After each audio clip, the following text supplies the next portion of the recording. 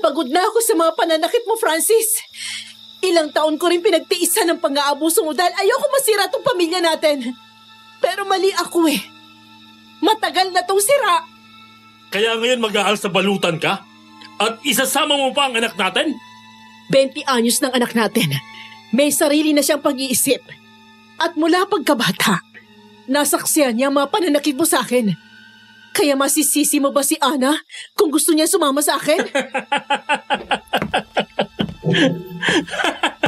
Natatawa ako sa'yo, Monica. Akala mo ba talaga makakaya mo akong iwan? Masyado kang mahina. Babalik ka rin. Pa, tama na po, please. Ako ang nagkumbinsi kay Mama na umalis na. Hindi ko na kaya makita ang pang-aabuso mo sa kanya. Kaya hindi kami babalik hanggat hindi ka tumitigil sa bisyo mo.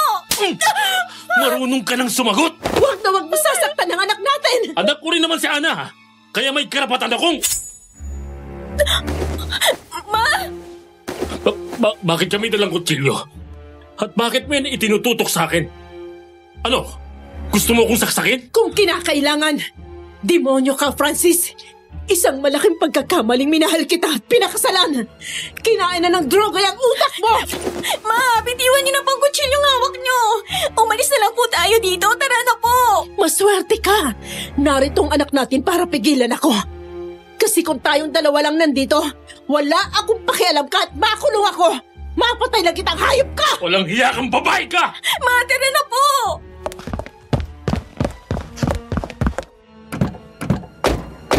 Mag-seatbelt ka. Nasa likod na ba lahat ng mga gamit natin? Opo, kumpleto na po. Saan po ba tayo pupunta? Doon muna tayo sa lola't lola mo. Sa Mindoro? Oo. Mas mabuti kung doon muna tayo.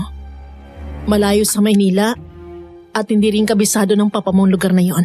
Mahihirapan siyang tuntunin tayo. Bumaba kayo dyan! Oh. Hindi niyo ako pwedeng iwan dito. Pamilya tayo! Mga si Papa! Hayaan mo siya.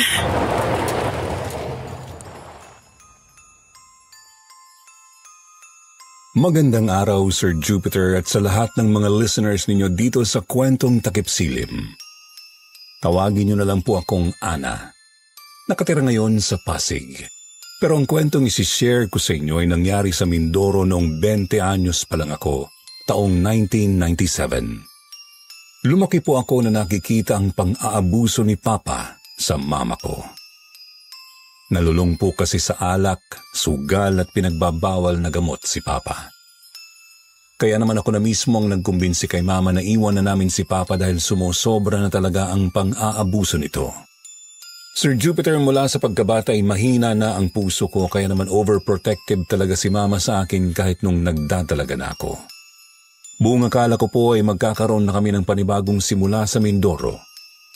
Pero kabaliktaran po ang nangyari. Dahil ito pala ang simula ng mas madilim na parte ng buhay namin.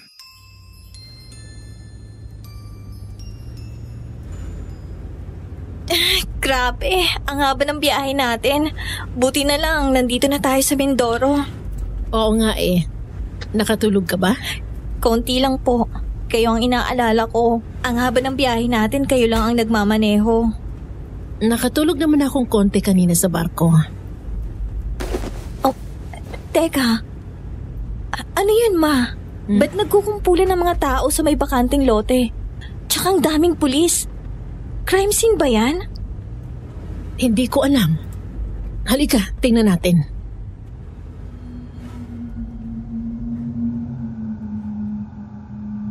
Ipinarada ni Mama sa tabi ng kalsada ang kotse. Pagkatapos ay sabay kaming bumaba para tingnan kung ano ang nangyayari. Sobrang daming tao kaya hindi namin agad nakita kung ano ang pinagkakaguluhan nila. Ilang saglit lang ay nakahanap din kami ng pwesto kung saan kitang-kita kung ano ang pinagkakaguluhan ng mga tao.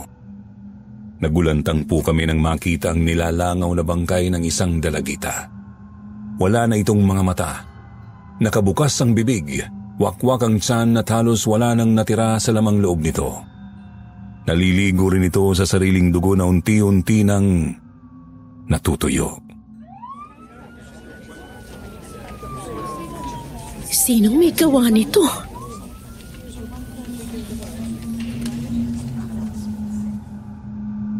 Bumaliktad ang sikmura ko sa aking nakita kaya mabilis akong umalis. Nang medyo makalayo na ay tsaka na ako tuluyang nasuka.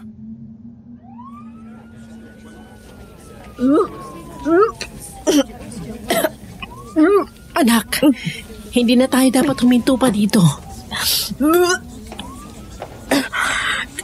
Sino kaya may gawa nun, Ma? Ay naku, wag mo nang isipin. Hayaan na lang natin mga pulis ang mag-imbestiga. Halika na, alis na tayo. Babalik na sana kami sa kotse nang bigla akong mahilo. Muntik na akong matumba pero mabuti na lang at nasalo ako ni Mama. Isang lalaki naman po ang lumapit sa amin na nakakita sa nangyari at agad na sumaklolo. Miss, okay ka lang? Oo, okay lang ako. Salamat.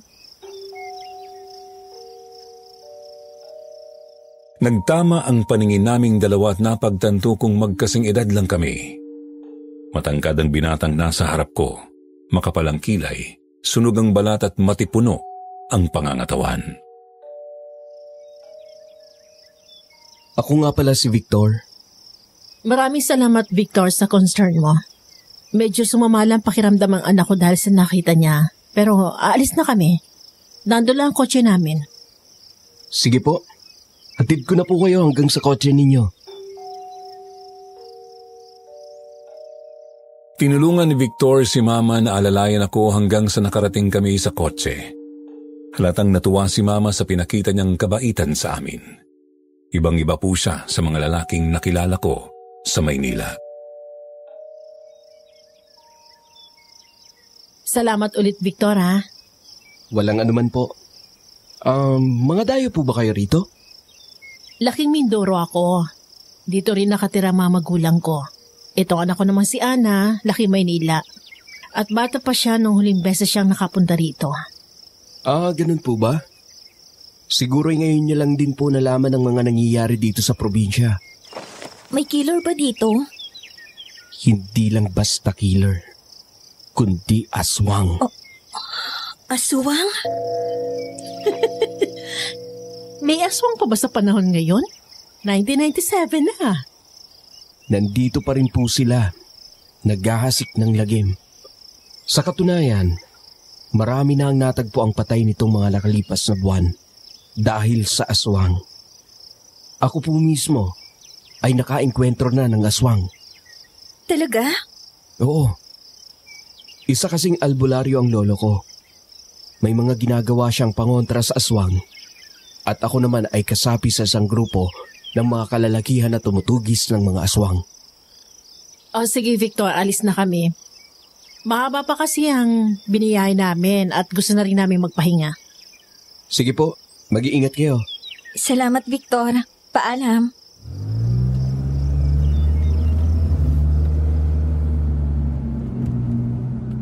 Sumakay na kami sa kotse at tuluyang umalis. Napansin ko ang ekspresyon ni Mama kanina habang nagsasalita si Victor tungkol sa aswang. Ramdam kong hindi siya naniniwala dito. Hindi po ba kayo naniniwala sa aswang? Bakit ikaw? Naniniwala ka ba? Posibleng totoo nga po sila. Kita niyo naman yung bangkay ng dalagita kanina, di ba? Isang halimaw lang ang kayang gumawa nun. Kayang-kayang gawin yun na isang serial killer, anak. Tsaka, di naman totoo mga aswang. Gawa-gawa lang sila ng mga matatanda para gawing panakot sa mga bata.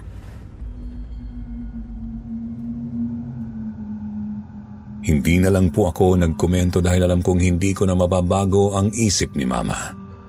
Pero may isang bahagi po ng isip ko ang naniniwala sa mga aswang. Kinilabutan ako nang maisip na baka isang araw ay may makita akong aswang na posibleng sumalakay sa akin.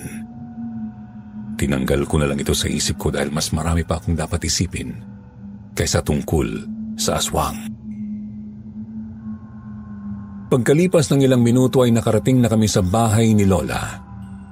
May karinderya po sila sa harap mismo ng bahay at dito namin naabutan si Lola na nakaabang sa amin. Nagyakapan sila ni Mama at pagkatapos ay ako naman ang niyakap niya ng mahigpit. Ilang beses ko nang nakita si Lola dahil minsan ay binibisita naman niya kami sa Maynila. Pero mula nung nagbukas siya ng karinderya ay naging masyado na siyang abala at hindi na gaanong nakakabiyahe. Yang pasa sa mukha mo. Si Francis ba ang may gawa niyan?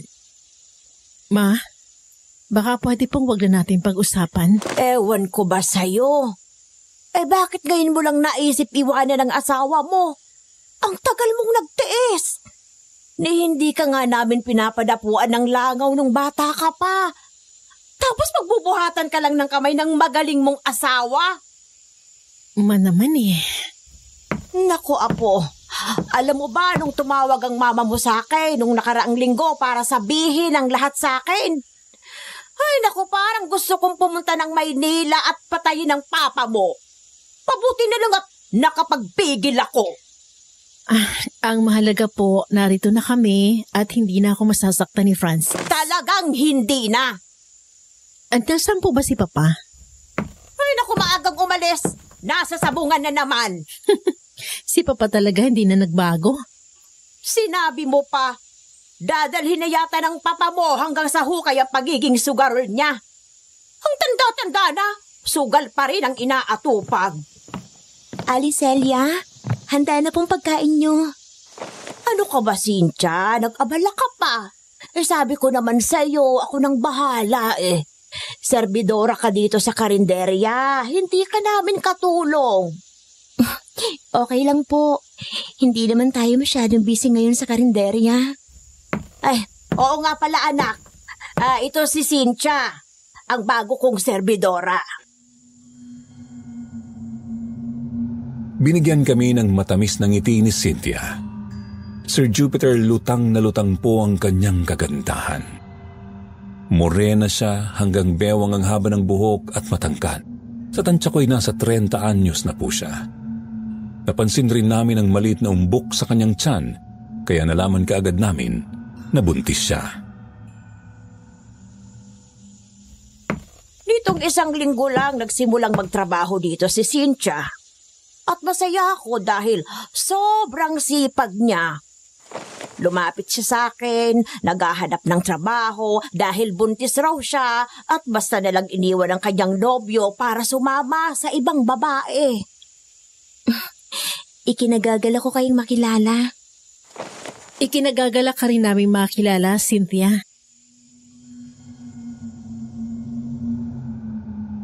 Pumasok na kami sa bahay at inilagay ang mga gamit namin sa kwarto. Pagkatapos noon ay pinapunta na kami ni Lola Celia sa may dining area upang kumain. Naisip kong sabihin kay Lola ang tungkol sa nadaanan namin kanina, baka sakaling may alam siya tungkol sa mga aswang.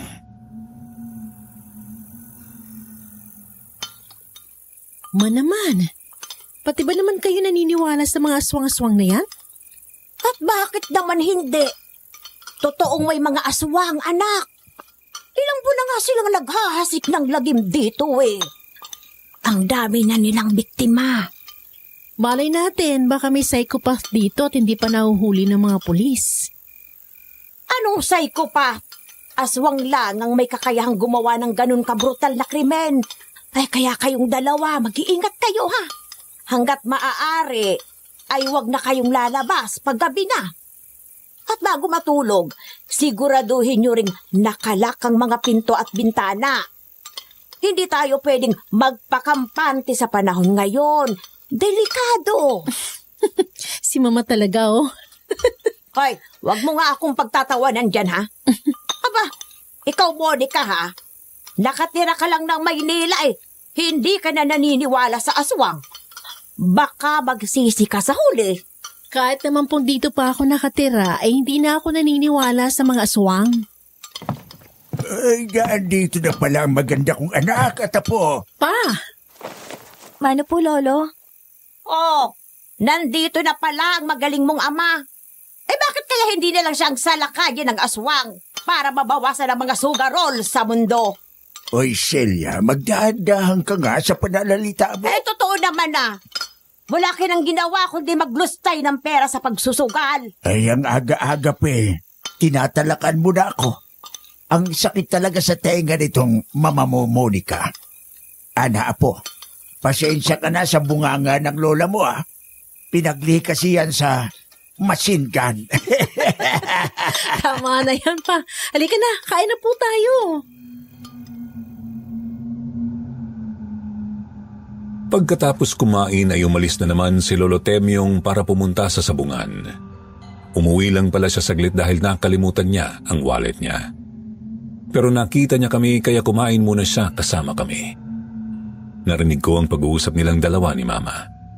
Nagre-reklamo si Lolo sa bunganga ni Lola Celia. Pero ang sabi ni Mama, ganun raw talaga pag tumatanda na. Nagtawanan sila pagkatapos noon. Sir Jupiter, nakita ko kung gaano ka-close silang dalawa sa isa't isa at bigla kong nakaramdam ng inggit.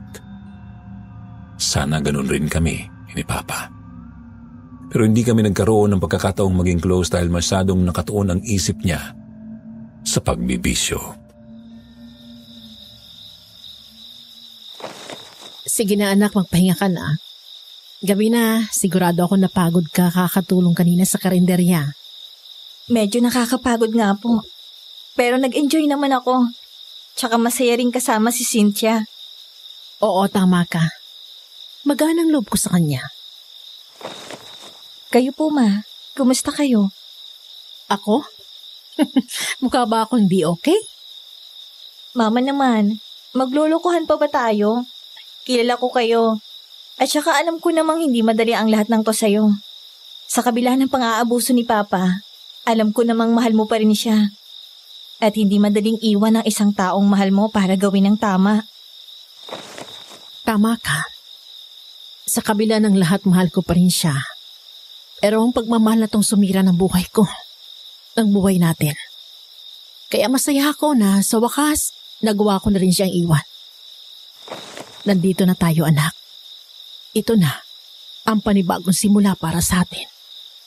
Opo, at gagawin natin ang lahat para magkaroon tayo ng masaya at payapang buhay. Kaso baka mahirapan tayo sa kapayapaan. Wala yatang araw na hindi nagigiyera sina Lola Celia at Lolo Temyong. Sinabi mo pa. Ay nako, masasanay ka rin sa dalawang yon. Oo, mukhang nagkakasiya kayong dalawa dito, ah. Oh, pa, nandyan pala kayo. Gusto ko lang tingnan kung komportable ba ang apo ko dito sa kwarto niya.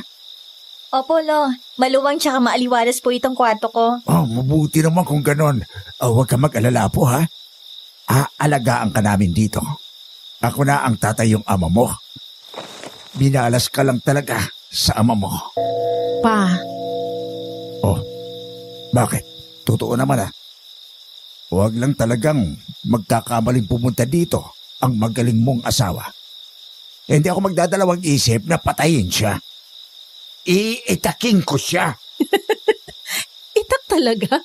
Abay, oo naman. Puputulan ko siya ng leeg. Si Lolo talaga, oh. Oy, huwag kang tumawa. Seryoso ako. Akala mo ba'y ang Lola Celia mo lang ang matapang dito? Ay, di hamak na mas matapang ako. Oo na. Matapang ka na kung matapang pa. Lumabas na tayo dito at na makapagpahinga na si Ana. Good night, anak. Oo, sige. Good night, apo. Good night po. Pagkalabas ni na Mama at Lolo ay kagad na akong natulog. Mabilis po akong hinila ng antok dahil sa pagod. Ang dami kasing nangyari sa araw na yon. Pero nagising ako ng bandang 2:00 ng madaling araw nang may marinig akong kakaibang mga kaluskos sa labas ng bahay. Oh, ano yun? Dahan-dahan akong bumangon at naisip kong sumilip sa isang maliit na butas sa bintana. Makikita mula doon ang likurang bahagi ng bahay na puro mga naglalaki ang kahoy. Madilim po doon at nasisinagan lang ng liwanag ng buwan. Pero napasinghap ako sa napansin kong nakatayo doon. Diyos ko! Nakita ko ang isang babae na may napakahabang buhok. Matalim ang mga mata at kulubot ang balat. Pero mas lalo akong kinilabutan nang inilabas niya ang kanyang napakahabang dila. Aswang! Bigla na lang tumakbo ang aswang papunta sa kagubatan. Hindi ko masyadong nakitang paggalaw niya dahil sa sobrang bilis ng kanyang kilos. Dahil sa takot ay kagad akong bumalik sa pagkakahiga at nagtalukbong ng kumot. Hindi ako gumawa ng kahit anong ingay. Kahit na nakita kong lumayo na ang aswang, natatakot pa rin akong magpakakampante. Paano kung nakita pala ako nito at naghahanap lang ng magandang tiyempo para sumalakay? Hindi na po ako muling nakatulog hanggang sa nag-umaga. Kinabukasan ay kinwento ko kina mamang tungkol sa nakita ko kagabi habang kumakain kami ng agahan. Bakas ang gulat sa mga mukha nila nang marinig ang sinabi ko.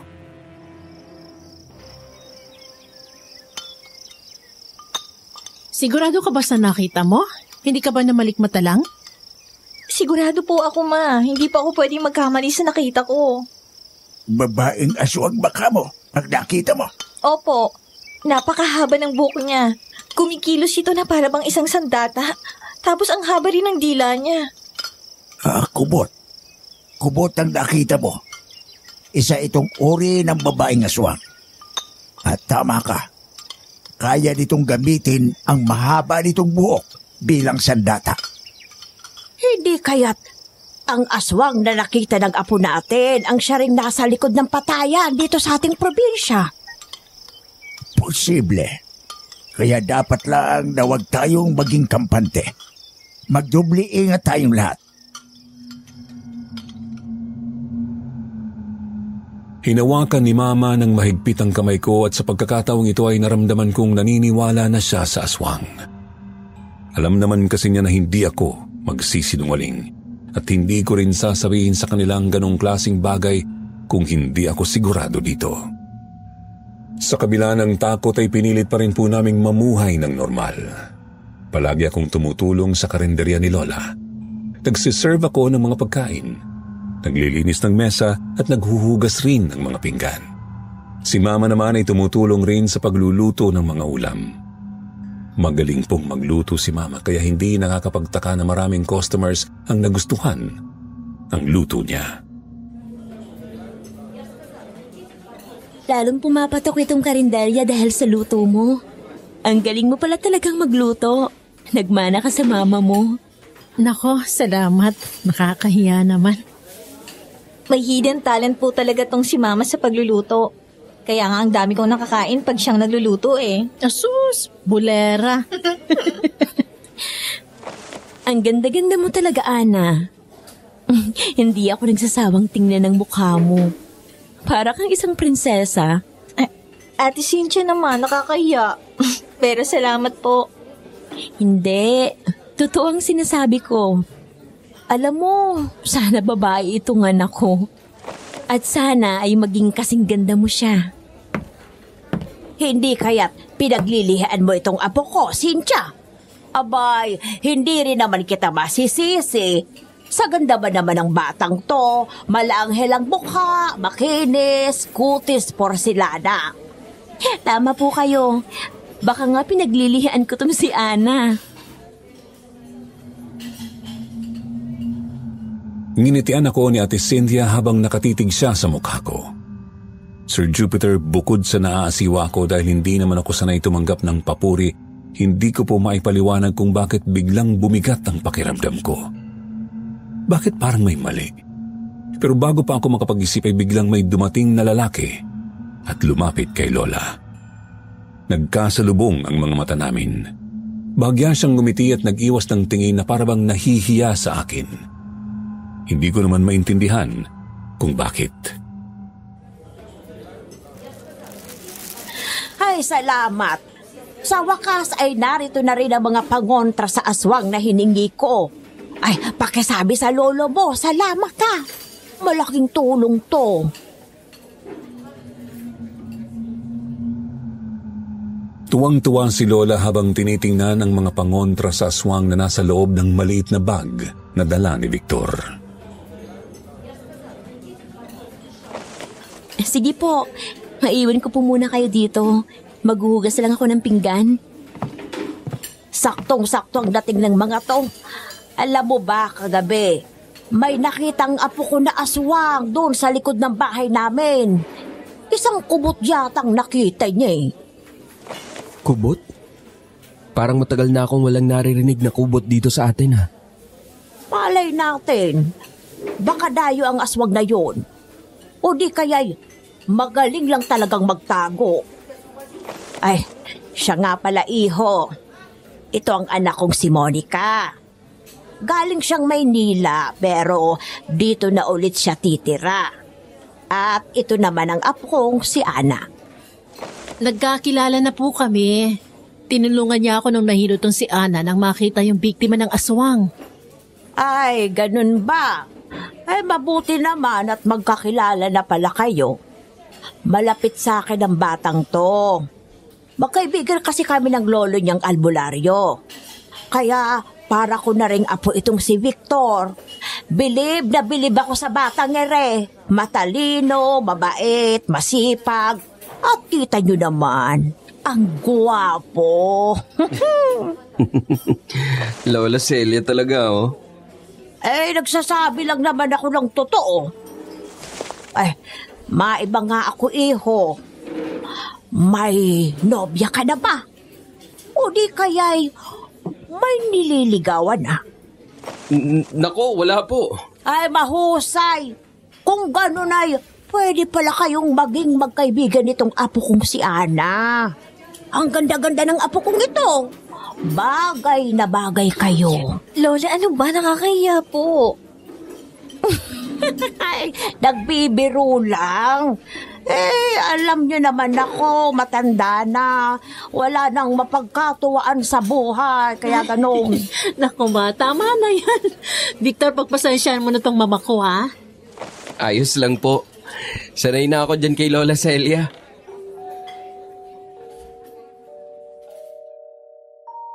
Muling nagtama ang mga mata namin ni Victor.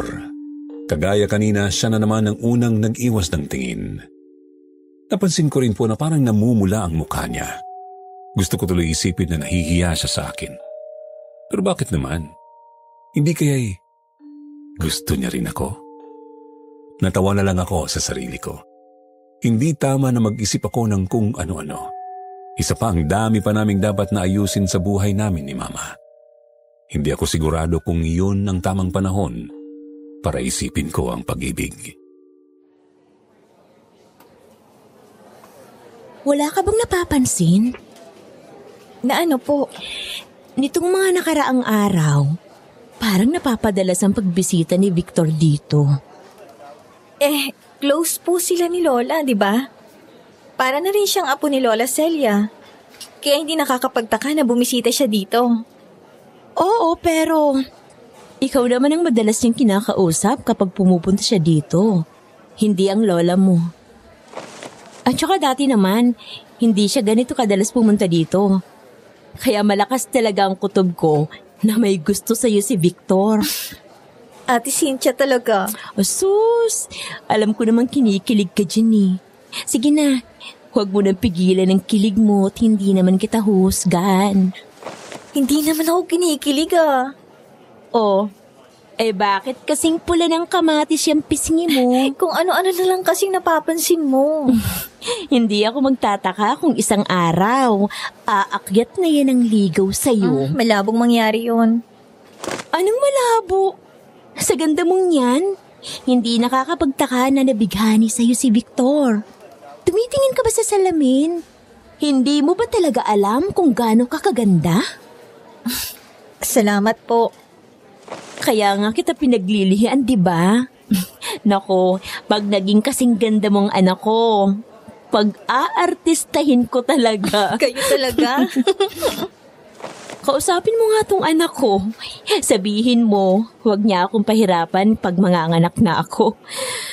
Medyo kinakabahan kasi ako eh. Alam mo naman, wala na akong kasama sa buhay. Kinuha niya ang kanang kamay ko at nilapat sa sinapupunan niya. Sir Jupiter, bagaman bumigat ang pakiramdam ko ay nakaramdam pa rin ako ng awa para sa kanya. Alam ko kasi na hindi biro ang sitwasyon niya. kaya naman pinagbigyan ko siya. Lumapit ako sa tiyan niya at kinausap ang bata. Hi, baby. Ako to, ang future ninang mo. Maging good girl or good boy ka, ha? Huwag mong pahihirapan ng mama mo. Huwag kang masyadong malikot. Tsaka pag oras mo nang lumabas dito sa mundo, labas ka na agad. Huwag mo nang pahirapan ng mama mo sa panganganak. O anak, makinig ka kay ninang ganda mo, ha?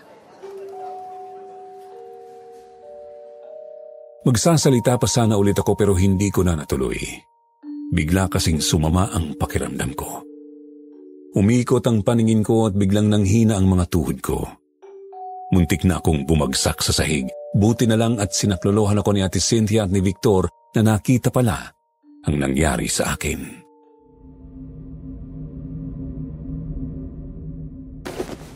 Ana, anong nangyayari sa'yo? Nahihilo ako. Bubuhatin na kita. Halika, ipapasok na kita sa bahay ninyo. Pagkagising ko ay nakahiga na ako sa kama ko sa loob ng kwarto ko. Unang bumungad sa akin ang nag-aalalang mukha ni na mama at lola. Nakita ko rin ang isang matandang lalaki na nakatayo sa may paanan ng kama ko. Anak, kumustang pakiramdam mo? Medyo maayos na po. Gano'ng katagal na po ba akong natutulog?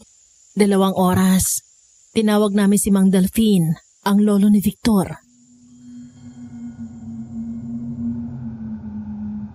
Ngumiti sa akin ang matanda at pagkatapos ay may inabot na tasa sa akin. Tiningnan ko ito at napansin naman nilaw-nilaw ang tubig doon at may mga dahon pa na lumulutang.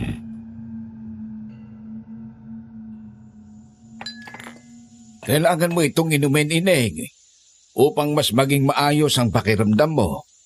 Medyo mapakla nga lang ang lasa nito, pero tiisin mo lang dahil makakabuti ito para sa iyo.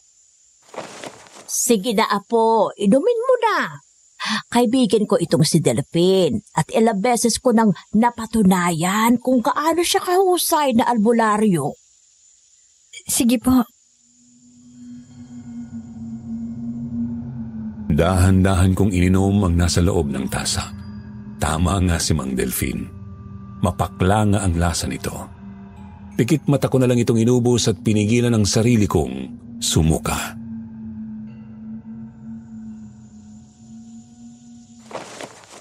Ano po bang nangyari sa akin? Mukhang may isang nilalang na nagkaroon ng interes sa iyo. Sa ngayon, masyado pang maaga para matukoy ito. Hindi ko pa alam kung isa ba itong engkanto, ligaw na kaluluwa, aswang, duwende o ano. Pero kailangan mong magdoble ingat, Ineng. Kinilabutan ako sa sinabi niya. Wala naman akong napansin na may masamang nilalang sa paligid ko. Ang naalala ko lang ay magkausap kami ni Ate Cynthia at inilapit ko ang mukha ko sa kanyang sinapupunan para kausapin ang anak niya. Pagkatapos ay bigla na lang sumama ang pakiramdam ko.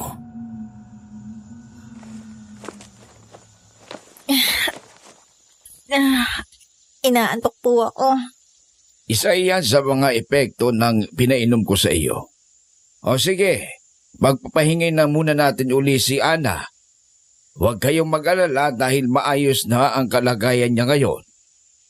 Maraming salamat po, Mang Delphine. Pakisabi rin po kay Victor na salamat sa pagsaklolo sa akin kanina. Ay makakarating, Ineng. Salamat po, Mang Delphine, ha?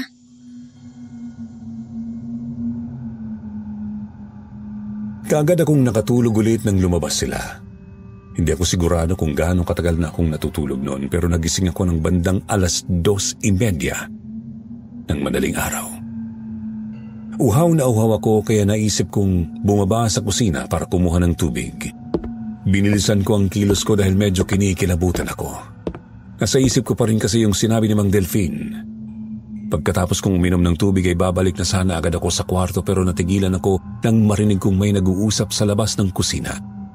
Naisip kong sumilip at nagulat ako nang makita sina Lolo Temyong at Ate Cynthia na nag-aaway. Hinaan mo sabi ang boses mo eh. Gusto mo bang magising sila at marinig tayo? Siguro, mas mabuti pa nga na malaman nilang totoo para matapos ang lahat ng to. Nababaliw ka na ba? Hindi ka talaga nag-iisip. Bakit? Ginusto mo rin naman to, ah? Nag-isip ka ba bago mo ako pinatulan at binuntis? Si Lolo ang ama ng dinadala ni Ate Cynthia? Tumahimik ka nga. Gusto mo ba talagang mapahamak tayong dalawa? Eh, sa tingin mo pa, sasantuin ka ng asawa ko pag nalaman niya ang sikreto natin. Pero pagod na akong itago ang katotohanan. Pagod na akong magpanggap dito. Akala ko ba gusto mo ko? Akala ko mahalaga sa'yo itong magiging anak natin. Tumahimik ka nga. Ano pa ba ang gusto mo? Hindi naman kita pinabayaan na. Gusto mo bang iwan ko pa ang pamilya ko para sa'yo?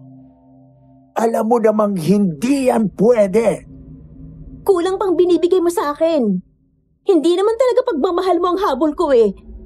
Ang pera mo. Di ba nangako ka sa akin na gagawin mong maginhawa ang buhay ko? Pero asa na? Bakit isang simpleng serbidora lang ako sa karinderya nyo? Inutusan ba kitang magtrabaho dito? Di ba, ikaw naman na nagdesisyon magtrabaho dito nang hindi nagpapaalam sa akin. Para ano? Para takutin ako? Hindi ko na po tinapos ang kanilang pag-uusap. Mabilis akong bumalik sa kwarto ko at nahiga. Hindi ko na kasi kaya pang pakinggan sila. Sa lahat ng lalaki na pwedeng maging ama ng dinadala ni Ate Cynthia, bakit si Lolo pa? Sir Jupiter, sobrang gulo ng isip ko nun. Hindi ko kasi alam kung paano sasabihin kina Mama at Lola ang totoo. Alam ko kasing ikakasira ito ng pamilya namin. 1 linggo na ang lumipas pero wala pa rin akong pinagsasabihan. Kaya naisip ko pong magsimba upang humingi ng gabay sa Panginoon.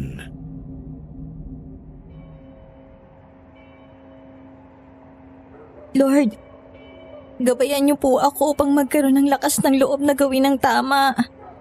Sobrang gulo po ng isip ko ngayon. Alam ko naman po kung anong dapat kong gawin. Pero ang hirap po eh. Hindi ko po kaya. Natatakot ako na baka tuluyang masirang pamilya namin ng dahil dito. Nag-aalala rin po ako sa maaaring epekto nito kay Mama. Oras na malaman niya ang totoo.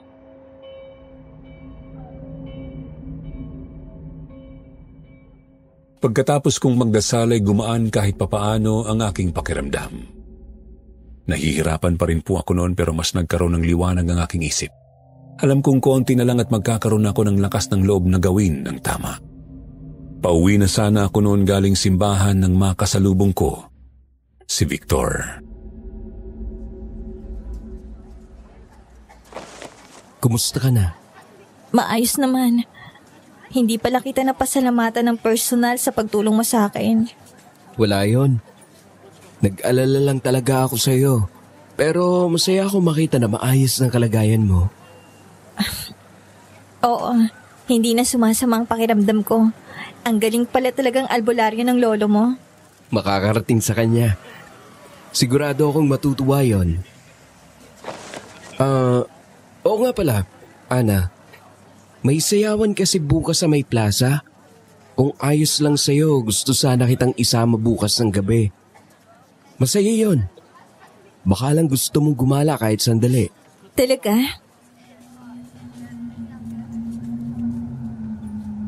Medyo nakaramdam po ako ng hiya noon. Hindi man kasi niya direktang sinabi sa akin pero ramdam ko na niyayaya niya akong mag-date.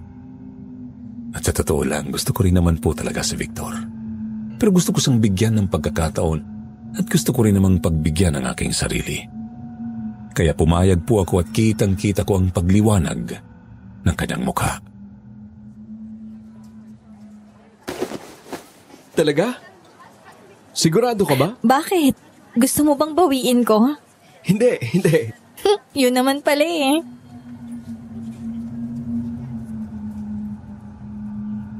Pagka-uwi sa bahay, dumiretso ako sa karinderya.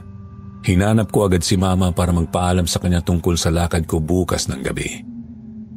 Pero si Ate Cynthia agad ang sumalubong sa akin. Umalis sila ng lola mo kanina pa. May pupuntahan daw na kaibigan.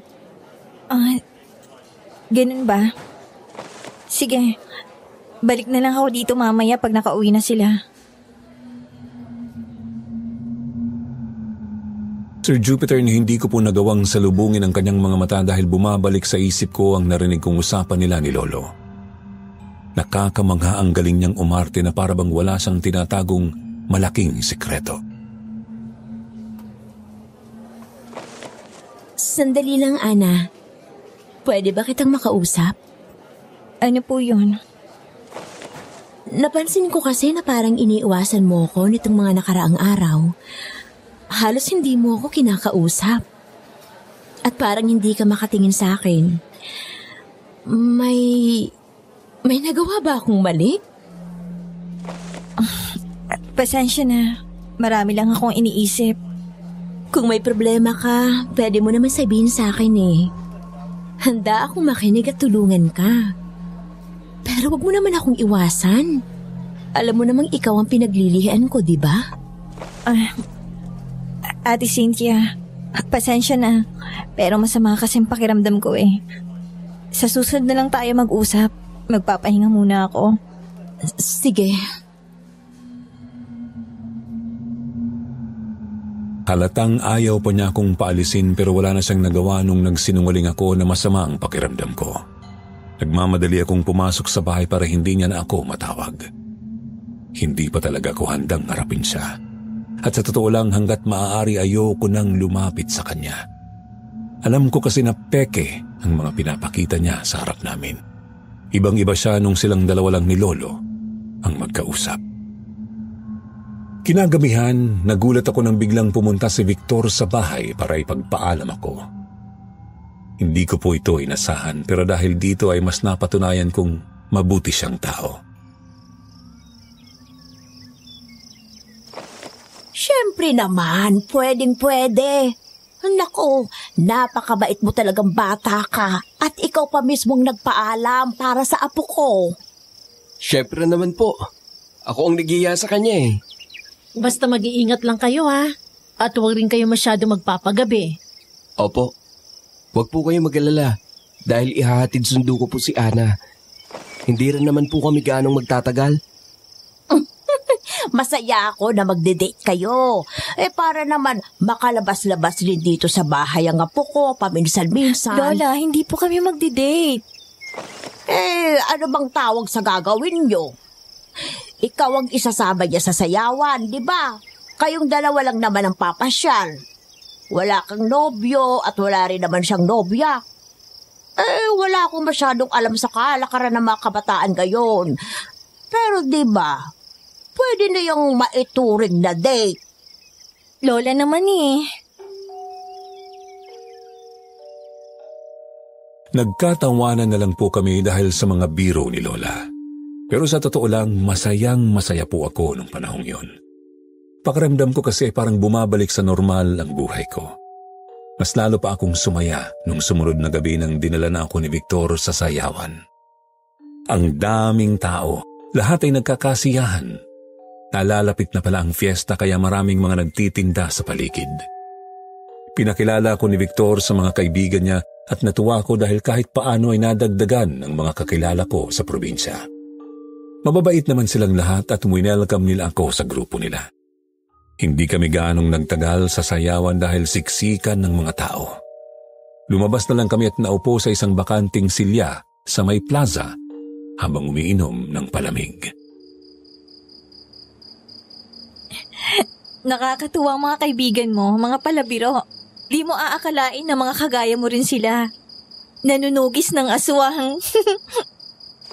Akala mo siguro kagaya kami ng mga napapanood mo sa palabas na masyadong seryoso, no? Yung tipong umiikot na lang ang buong buhay sa pagpatay ng mga aswang. Parang gano'n na nga. Hindi naman. Mga normal na tao rin kami. Nagkakasiyahan at kung minsan, napapabayaan pa nga namin ang mga misyon namin dahil sa kalokohan. Lalo na nung mga teenager pa lang kami. Lagi nga ako napapagalitan ni Lolo nun eh. Curious pala ako. Pwede mo namang hindi sagutin kung hindi ka komportable. Pero gusto ko lang sanang malaman kung bakit mo naisipang maging manunugis ng aswang. Napakadelikadong ginagawa ng grupo nyo. Wala akong sapat na kaalaman sa mga aswang, pero sigurado akong mga halimaw sila na hindi nakakaramdam ng awa. Tama ka. Wala talaga silang puso. Bakit ko naisip na maging manunugis ng aswang? Kahit sobrang delikado? Gusto ko kasing bigyan ng hustisya ang ginawa nila sa aking mga magulang. Mula pa lang noon, ay kilala na ang lolo ko bilang isang magaling na albularyong may kakayahang kontrahin ang mga aswang. Kaya dahil dito, ay pinuntirya ng mga aswang ang pamilya namin. At yun nga, pinatay nila ang mga magulang ko upang gantihan si lolo sa dami ng mga aswang na namatay dahil sa kanya. Pasensya ka na ha. Ikinalulungkot ko ang nangyari sa mga magulang mo. Hindi, ayos lang. 3 taong gulang pa lang naman ako nung nangyari yon. Kaya wala na ako matandaan. Pero mabuti na lang at naitakas ako ni lolo. Kaya buhay pa ako ngayon. Sa katunayan na itinaya ng mga magulang ko ang buhay nila para sa akin. Napakatapang nila at sigurado akong mahal na mahal ka nila. Ngayon, mas naiintindihan ko na kung bakit naging misyon mo sa buhay ang pagsugpo sa kasamaan ng mga aswang. Nag-usap pa kami tungkol sa iba't ibang bagay. At habang tumatagal, mas lalo akong namangha sa kanyang mga pananaw at prinsipyo. Bandang 9:00 na ng gabi ay nagdesisyon kaming umuwi na. Kagaya ng pangako niya kay Lola, hinatid nga niya ako pauwi. At habang naglalakad kami ay bigla siyang may sinabi na gumulat sa akin. Naalala kong sinabi ni Lola Celia kahapon na wala ka pang nobyo? Oo, wala pang ha. Si Lola talaga, kung ano-anong sinasabi. Kung ganun, pwede ba akong manligaw sa'yo? Mukha ka namang matinong tao, tsaka mabait ka rin at disente. Kaya wala akong nakikitang masama kung maniligaw ka sa akin. Talaga? Salamat, Ana. Pangako ko sa'yo, hindi mo to pagsisisihan. Anak? Oh, Papa? Nasaan ang mama mo? Paano niyo po kami nahanap? Mahalaga pa ba yun? Bakit parang hindi ka masaya na nandito ako? Dahil alam kong hindi pa rin kayo nagbabago. Sinasagot mo na ako ngayon? Yan bang natutunan mo sa magaling mong ina? Pa, please, hayaan mo na lang kami. Tahimik ng buhay namin ngayon. Kinukonsenti mo pa talaga ang mama mo sa kaibangan niya? Sinisira niyong 2 pamilya natin. Kayo po ang sumira sa pamilya natin. Sinira tayo ng bisyo mo. Aba! Akmang sasampalin sana ako ni Papa pero kagad na humarang si Victor para protektahan ako. Sir, mawalang galang po. Huwag niyo pong sasaktan ang anak ninyo. Sino ka ba?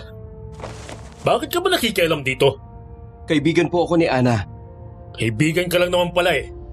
Ako, ama niya ako. Kaya huwag kang makialam dito sa usapan namin. Anak, sino ba to? Manliligaw mo ba to? Kung oo, huwag mong sasagutin ha. Huwag kang papatol sa isang hamak na probinsyanong kagaya ng lalaking to.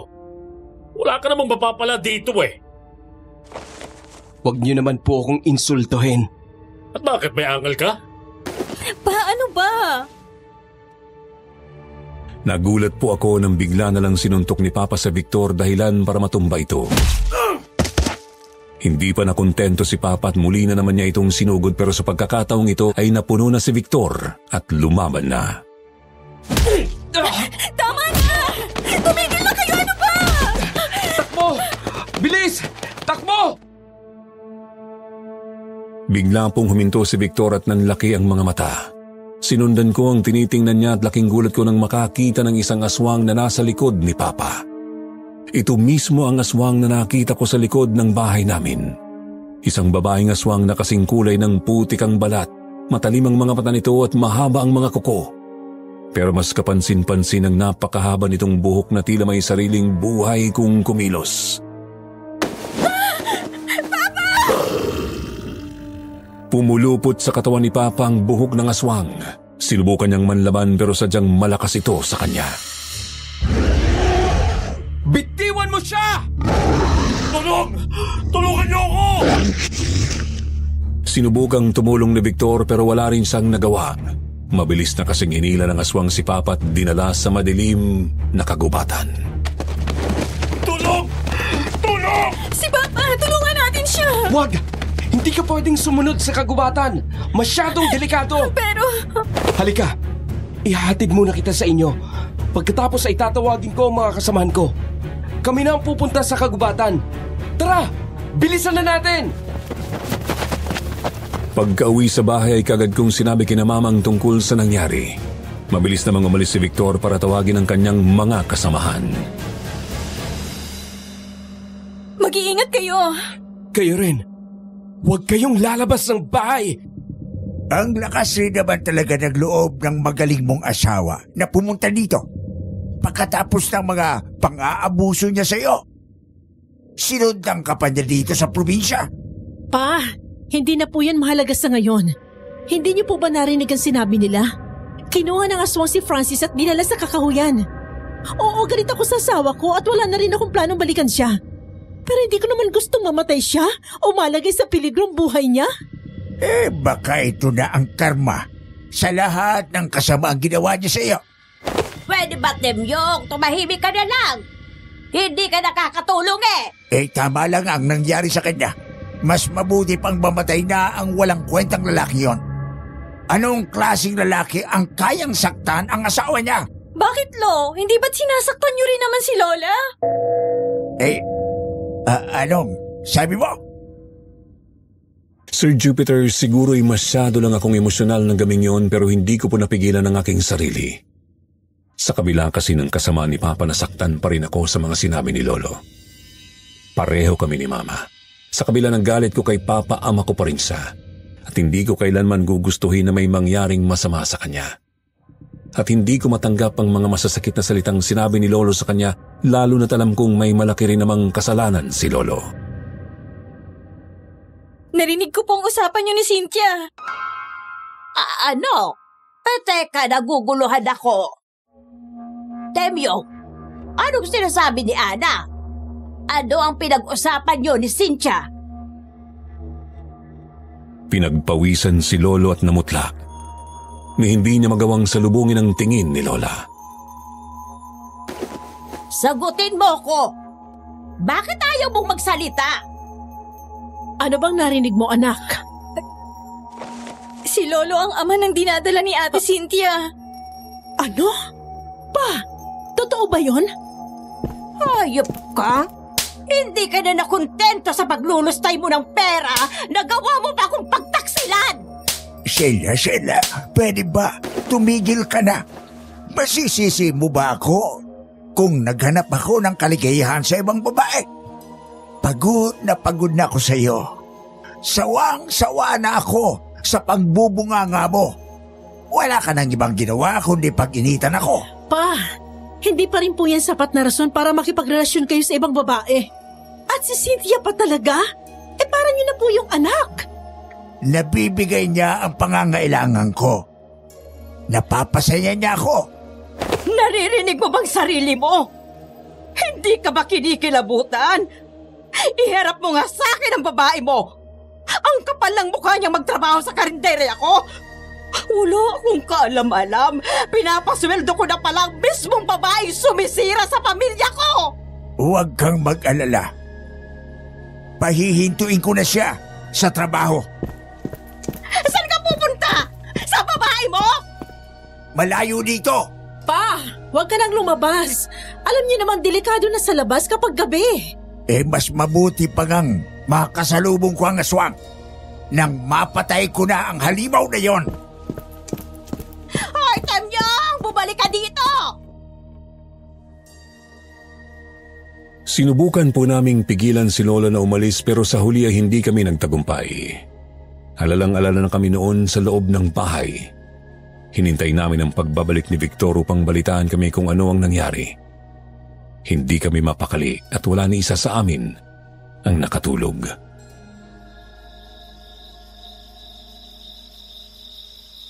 Ma, patawarin niyo po ako. Hindi ko po sinasadyang sabihin ang mga yun kanina. Nagdala lang po ako ng emosyon ko. Naiintindihan ko, anak. Dapat din naman namin malaman ang totoo. Tahimik naming ipinagdasal ang kaligtasan ni Papa at ni Lolo Temyong hanggang sa sumapit ang 2:00 ng madaling araw at sa wakas ay nakabalik na rin si Victor. Victor, kumusta? Anong nangyari? Nahanap niyo ba si Papa? Patawad, Ana. Huli na ang lahat nang dumating kami. Wala na ang papa mo.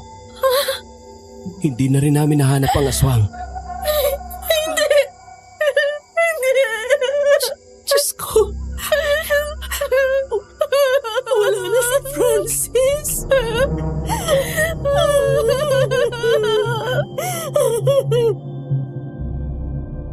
Naiyak na lang po kami ni Mama at nagyakapan.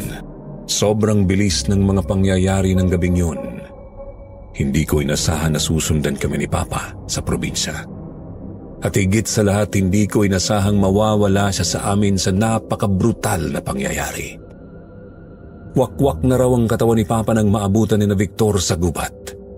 Ang mga kasama niyang nagligpit ng katawan nito habang siya naman ay nagmamadaling pumunta sa bahay para ipaalam sa amin ang nangyari. Kinabukasan ay inilibing na namin kaagad si Papa. Wala nang nangyaring lamay dahil halos walang itinira ang aswang sa katawan niya. Ni hindi na nga namin siya makilala. Sobrang sakit po para sa amin ang nangyari, pero pinilit namin ang aming mga sarili na manatiling matatag. Sir Jupiter, kakauwi lang namin noon galing sa sementeryo nang maabutan naman namin si Ate Cynthia na nakatayo sa may karinderya.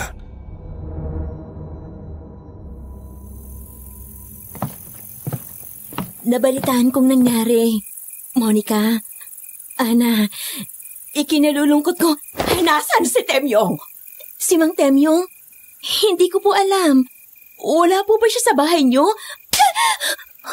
Ang kapal ng mukha mong magpakita pa dito. Hindi ba sinabi sa'yo ng magaling kong asawa? No, alam ko na ang totoo. Ano pong totoo? Nagpunta lang naman po ako dito para magtrabaho. Pero nagtaka ako kasi sarado yung karinderyan dumating ako. Wala ring tao sa bahay niyo. Kaya nagtanong-tanong ako sa mga kapitbahay. At nalaman ko nga ang nangyari sa papa ni Ana. Napakagaling mo talagang umarting malandi ka! Cynthia, alam na namin ang tungkol sa relasyon niyo ni Papa. Alam na rin namin na anak niyang dinadala mo. Ano? Magmamaang-maangan ka pa? Narinig ng apo ko ang usapan niyo! Ana, ikaw ang nagsumbong sa kanila?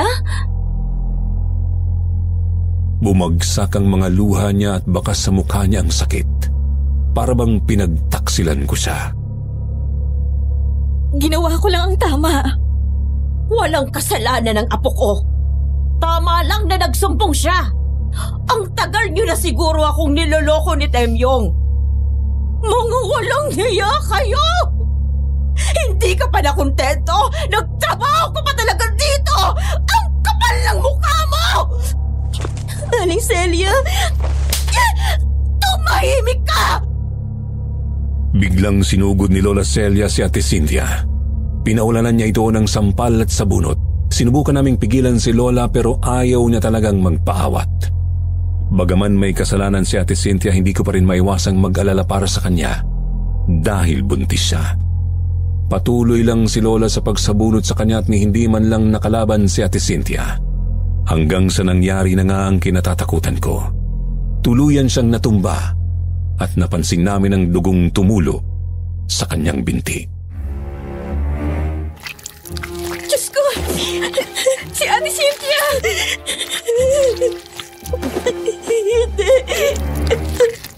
Hindi! Ako! nangyayari dito? Cynthia, ay, Diyos ko, paano ka? Anak natin. Anong ginawa mo sa kanya, Celia? Hindi ko sinasadya. Pag may nangyaring masama sa anak namin, hindi kita mapapatawad. Mabilis na binuhat ni Lolo Temyong si Ate Cynthia upang dalhin sa ospital. Si Lola Celia naman ay nanatiling nakatayo na parang tuod, namumutla at hindi makapagsalita. Kaagad namin siyang nilapitan at inalalayan papasok sa bahay. Kinagabihan ay umuwi si Lolo ng bandang 10:00 ng gabi. Dumiretso po siya sa kwarto nila at nag-impake. Mabilis namin siyang sinundan at pinigilan sa kanyang ginagawa. Alis na ako dito. Pagod na ako sa iyo, Celia. Hindi ko na masikmura ang ugali mo. At ano? Sasama ka na kay Cynthia? Mas pipiliin mo ang kabit mo? Sinira mo na ang lahat sa amin. Alam mo kung bakit? Nakunan siya. Wala na ang anak namin. Pa, huwag naman pong ganito. Pag-usapan naman po muna natin ito. Wala na dapat pang pag-usapan. Nangyari na ang nangyari. Namatayan na ako ng anak at pati ako ay sinisisi ni Cynthia sa nangyari. Ano, Celia? Masaya ka na ba? Nakuha mo na ang gusto mo? Patay na ang bata. Hindi ko sinasadya yun. Oo, galit ako sa inyo. Pero kahit kailan, hindi ko gugustuhin may mamatay na bata ng dahil sa akin. Pinakiusapan namin si Lolo pero ayaw talaga niyang makinig sa amin. Patuloy lang siya sa pag-iimpake habang nag-aaway sila ni Lola. Pagkatapos mag-impake ay mabilis na siyang naglakad palabas ng bahay. Nang mapagtanto ni Lola na seryoso na talaga si Lolo sa desisyon nito, bigla siyang lumambot at umiyak.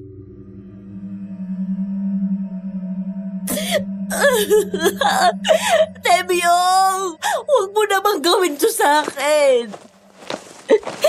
Huwag mo kaming iwan. Oo na, inaamin ko may mga pagkakamali rin ako sa pagsasama natin. Pero huwag mo naman akong iiwan. Ang tatanda na natin para dito.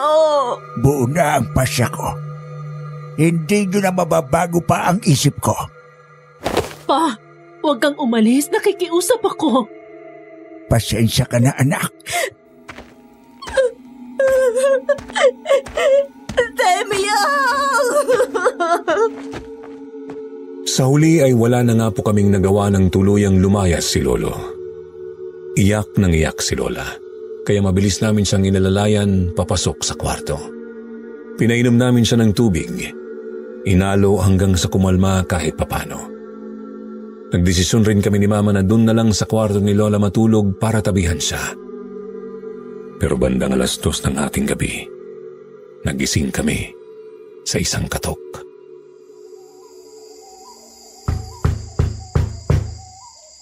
Ako na po, Ma. Hindi, sasamahan na kita. Sino yan? Ana, ako to. Victor? Victor, anong ginagawa mo dito ng ganitong oras? Naglilibot kasi kami ng grupo ko ngayon para tugisin ang aswang. At may nakita kami sa may talahiban. Ana, huwag kayo mabibigla. May masamang balita ako sa inyo. Ano yun? Kinakabahan naman ako sa iyong bata ka. Wala na si Mang Temyong. Ano? Hindi totoo yan. Victor, sigurado ka ba sa sinasabi mo? Opo. Natagpuan po namin siya na wala ng buhay sa may talahiban. Hindi. Ayoko na lang pong idetalye ang estado ng bangkay niya nang matagpuan namin. Dahil lalo lang kayo masasaktan. Pero tiningnan ko pong maigi ang bangkay at sigurado kung si Mang Temyong po talaga ang nakita ko. Si Lolo. siya. Sigurado akong kagagawa na naman ito ng aswang. Kailan ba kasi titigil sa paghahasik ng lagim ang mga halimaw na yan? Kalilibing lang ng asawa ko ngayon. Si Papa naman ang nawala sa amin. Ano yun? Siguraduhin nating nakasara ang lahat ng mga bintana at pintuan. Oo, sige. Anong nangyayari? May aswang sa labas. Hindi pa ba siya kontento sa lahat ng mga pinatay niya? At ngayon ay tayo naman ang isusunod niya. Huwag po kayong maingay, Lola Celia. Baka pumarinig niya kayo. Huwag kayong mag-alala. May dala naman akong sandata rito. Kahit anong mangyari, ay hindi ko kayo pababayaan. Nagdesisyon po si Victor na sa amin na lang matulog. Pinapasok niya na kami sa kwarto para makapagpahinga. Siya naman ay sasala humiga para magbantay. Natatakot po ako. Ako rin, anak. Kumakabog ang dibdib ko sa takot. Pero kailangan nating tatagan ang loob natin. Tulog na si Lola. Naubos na yata ang luha niya kaiiyak. Grabe naman po ang mga trahedyang dumating sa pamilya natin. Sunod-sunod. Sa totoo lang, di ko na rin maintindihan kung bakit nangyayari ang lahat ng ito eh. Ilang saglit lang ay nakatulog na rin po kaming dalawa ni Mama. Pero siguro lumipas lang ang 2 oras ay nagising na naman ulit kami. Narinig kasi naming bumangon si Lola at lumabas ng kwarto. Ma? Saan ka pupunta? Lola, bumalik po kayo dito. Matulog pa po kayo. Lola Celia, bakit po kayo bumangon? Wala siyang sinagot ni isa sa amin. Blanko ang kanyang ekspresyon at naglalakad siyang wala sa sarili. Anong nangyayari kay Lola? Bakit parang wala siya sa sarili? Hindi niya yata tayo naririnig. Ma, saan ka pupunta? Gusto kong lumabas. Lola Celia, madaling araw pa po. Hindi pa ligtas na lumabas ng bahay. Narinig niyo naman po ang boses ng aswang kanina, diba? Maaaring nasa labas pa po ito at nagmamanman. Sabing gusto kong lumabas eh. Bakit ba ayaw niyo akong palabasin? Ma, ano namang gagawin mo sa labas? Hahanapin kong asawa ko. Hihingi ako ng tawad sa kanya. Luluhod ako kung kinakailangan. Lola, pakiusap, tama na po. Bumalik na po tayo sa kwarto. Bukas na bukas ay pupuntahan natin si Lolo. Aayusin natin ang pagpapalibing sa kanya. Hindi. Hindi papatay ang asawa ko. Buhay siya! Buhay! Bigla pong nawalan ng malay si Lola. Muntik na siyang bumagsak sa lupa kung hindi lang siya nasalo agad ni Victor. Kaagad naman siya nitong binuhat at dinala sa kwarto. Anong gagawin natin? Hindi pa tayo pwedeng lumabas para humingi ng tulong. Bantayan muna natin siya ng maigi. Pagsikat ng araw, ay papupuntahin ko rito si Lolo. Matutulungan niya tayo. Sige. Salamat talaga, Victor. Wala ni isa sa amin ang natulog para magbantay kay Lola. Nag-aalala kasi kami na baka bigla na naman siyang magising nang wala sa sarili. Kinaumagahan ay maagang umalis si Victor para tawagin ang kanyang lolo. Pareho kaming hindi mapakali ni Mama habang naghihintay. Mabuti na lang at pagkalipas ng kalahating oras ay nakabalik na si Victor kasama ang lolo niyang si Mang Delfin. Sakto naman na nagising na rin si Lola Celia. Ano po bang nangyayari kay Mama? Bakit hindi siya nagsasalita at nakatingin lang sa kawalan? Kaninang madaling araw naman nagpupumilit siyang lumabas ng bahay. Nasa ilalim ng itim na kapangyarihan ngayon, Cecilia.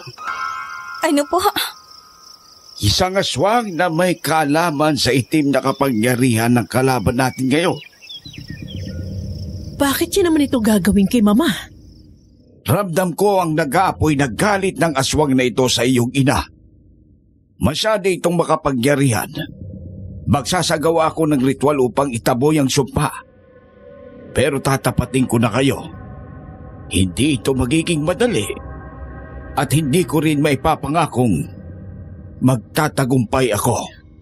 Gawin niyo po lahat ng makakaya niyo para iligtas si Lola. Pakiusap po. Nagsagawa ng ritual si Mang Delfin.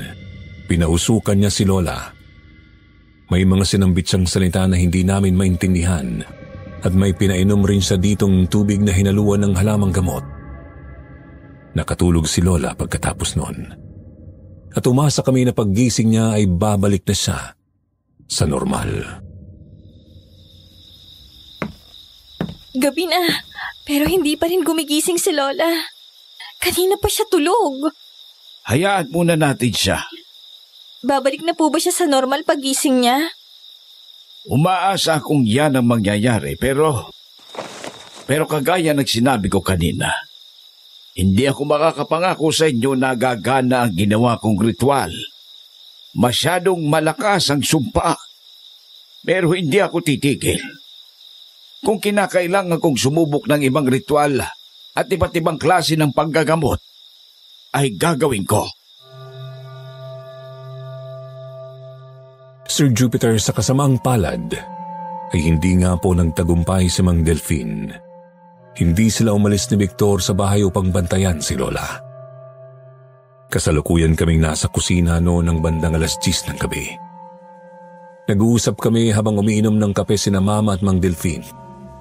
Pinag-usapan nilang tungkol sa libing ni Lolo Temyong kanina. Pero natigilan kami ng biglang...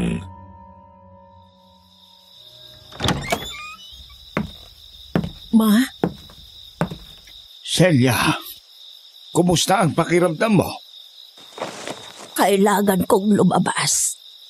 Saan po kayo pupunta? Pahanapin ko si Cynthia. May kasalanan ako sa kanya. Pinatay ko ang anak niya.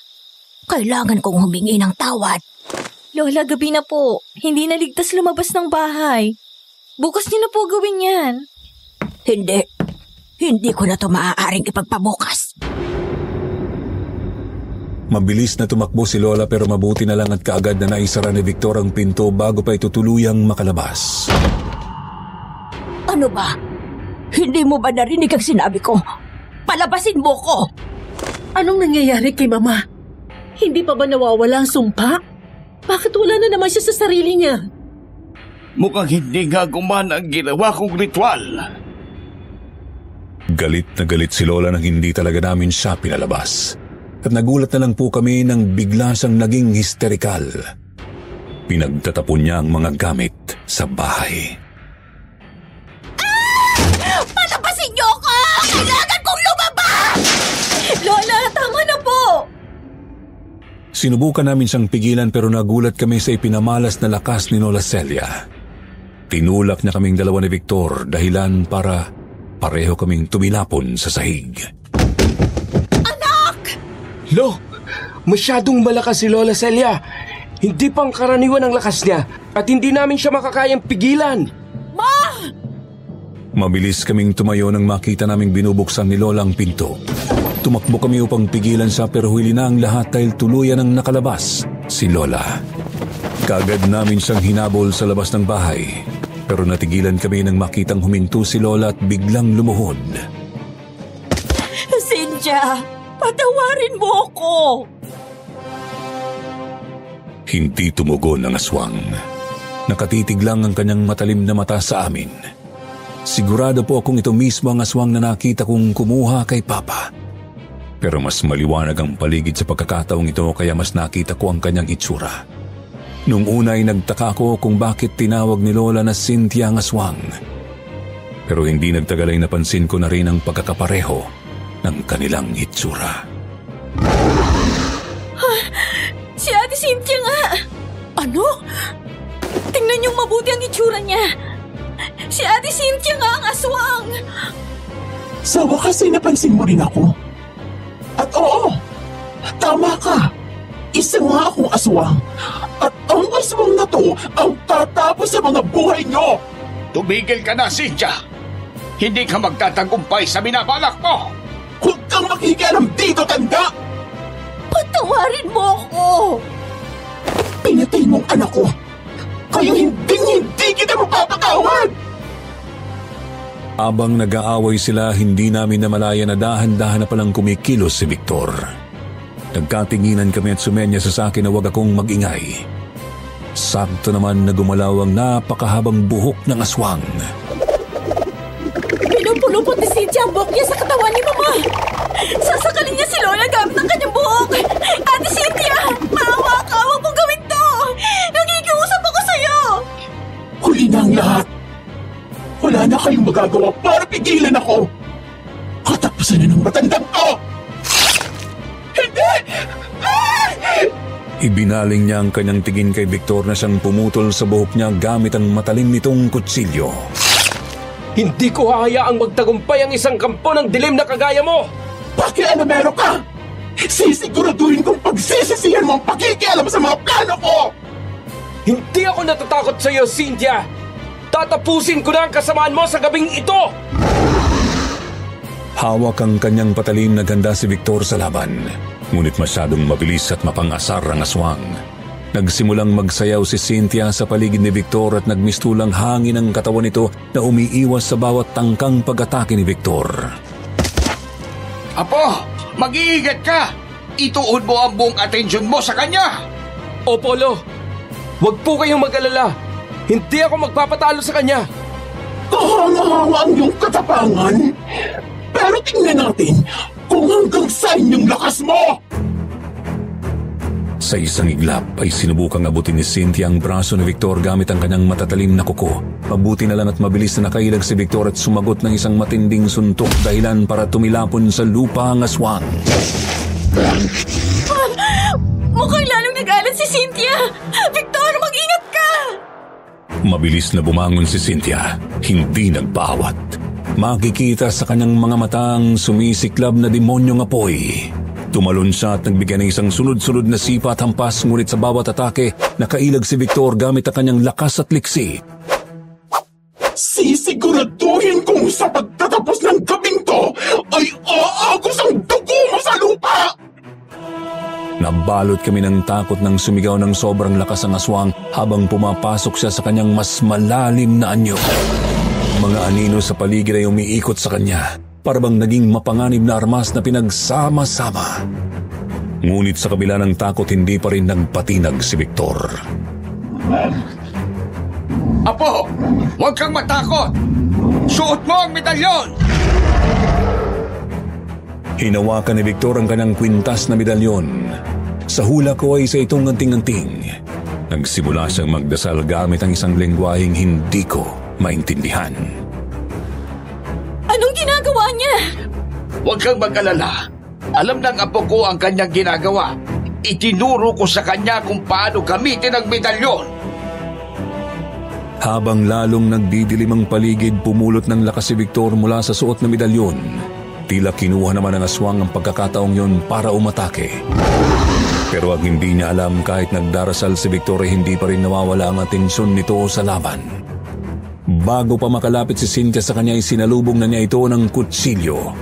Tumama ito sa mismong tiyan ng aswang kung saan lumabas ang napakaraming dugo. Tumili si Cynthia at halatang hindi niya nakayanan ang nangyari.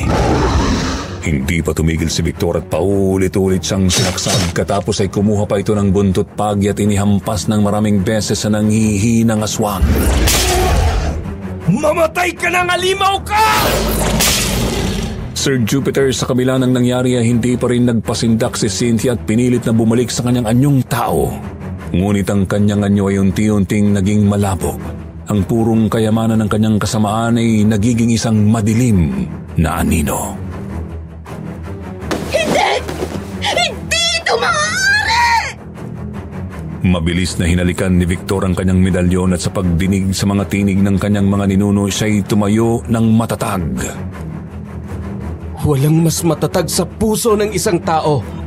Tanggalin ang iyong sumpang dala ng dilim! Nasusunog si Cynthia! Oo, tuluyan na siyang maglalaho. Ana, tapos na ang laban. Napaluha ako at tumakbo palapit kay Victor para yakapin siya ng sobrang higpit.